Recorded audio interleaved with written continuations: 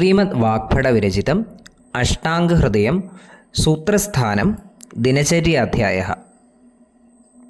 ശ്ലോകഃ.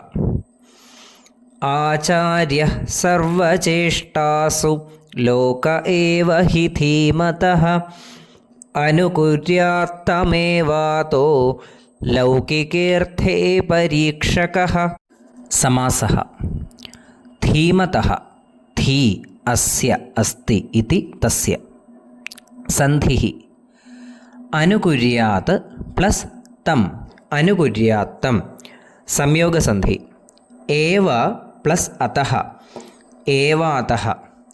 സവർണദീർഘസന്ധി. അക സവർണേ ദീർഘഃ. അതഃ പ്ലസ് ലൗകികേ അതോ ലൗകികേ വിസർഗസന്ധി. ഹശി ച. ലൗകികേ പ്ലസ് അർത്ഥേ ലൗകികേ അർത്ഥേ. പൂർവരൂപസന്ധി.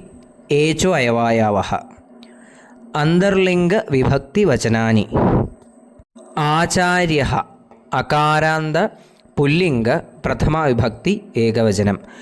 സർവചേഷ്ടാസു ആകാരാന്ത സ്ത്രീലിംഗ സപ്തമി വിഭക്തി ബഹുവചനം. ലോകഃ അകാരാന്ത പുല്ലിംഗ പ്രഥമ വിഭക്തി ഏകവചനം. ഏവ അവ്യയഃ. ഹി നിപാതഃ. ധീമതഃ നകാരാന്ത പുല്ലിംഗ ഷഷ്ഠി വിഭക്തി ഏകവചനം. പരീക്ഷകഃ അകാരാന്ത പുല്ലിംഗ പ്രഥമ വിഭക്തി ഏകവചനം. തം ദകാരാന്ത പുല്ലിംഗ ദ്വിതീയ വിഭക്തി ഏകവചനം. ആദൗ ഇകാരാന്ത പുല്ലിംഗ സപ്തമി വിഭക്തി ഏകവചനം. പദാർത്ഥഃ. ആചാര്യഃ മാസ്റ്റർ. സർവചേഷ്ടാസു ഇൻ ഓൾ ആക്ടിവിറ്റീസ്. ലോക ദ പീപ്പിൾ. ഏവ ഓൺലി. He so. ധീമതഃ for or of an intelligent person. Anukuryat should follow. Tam him. Eva only.